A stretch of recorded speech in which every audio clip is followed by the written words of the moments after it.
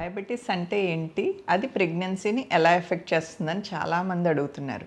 Diabetes అంటే బ్లడ్‌లో sugar levels బాగా ఎక్కువైపోవటం అనమాట. అది ప్రెగ్నెన్సీలో కూడా వస్తది.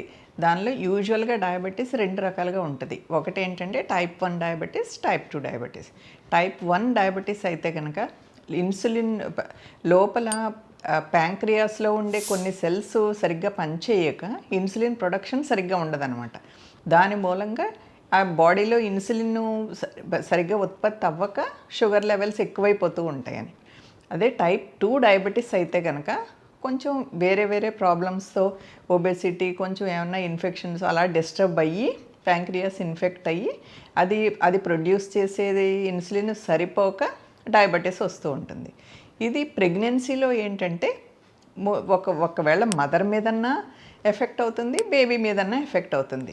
మదర్ మీద ఎఫెక్ట్ అయితే కనుక షుగర్ బాగా ఎక్కువైపోవటం, బాగా తక్కువైపోవటం జరుగుతుంది. ఒకవేళ కంట్రోల్ లేకపోతే కనుక బేబీ సైజ్ అది బాగా ఎక్కువైపోయి డెలివరీ కాంప్లికేషన్స్ ఇలాంటి ఎక్కువ సిజేరియన్లు అవ్వటం ఇలాంటివి జరుగుతూ ఉంటాయి.